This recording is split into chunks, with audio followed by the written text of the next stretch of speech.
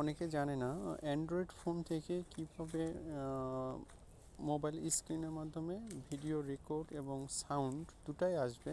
এটা অনেকে জানে না। অনেকে হোয়াটসঅ্যাপ, ইমো, মেসেঞ্জার বা বিভিন্ন ইউটিউব থেকে ভিডিও দেখে এটা কীভাবে স্ক্রিন রেকর্ড করবে এবং হচ্ছে এটার সাউন্ড সহ স্ক্রিন রেকর্ড আসবে, এটা অনেকে জানে, আবার অনেকে জানে না। যারা জানে তাদের জন্য না এই ভিডিওটা, যারা জানে না তাদের জন্য এই ভিডিওটা, আশা করি উপকৃত হবে। তো এটা ভিডিও, এই যে এখান থেকে আপনারা স্ক্রল ডাউন করে এখান থেকে দেখবেন যে স্ক্রিন ভিডিও রেকর্ডে এখানে চেপে ধরতে হবে। চেপে ধরার পর এখানে সেটিংস অপশন আসবে।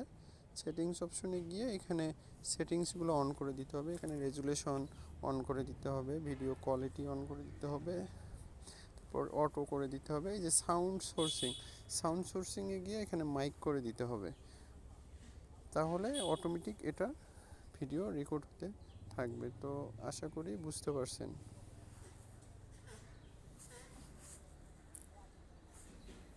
এই যে আসার পরে এরকম চিহ্ন দেখাবে, এখানে ক্লিক করলে হবে। এখান থেকে আপনি অফ করে দিতে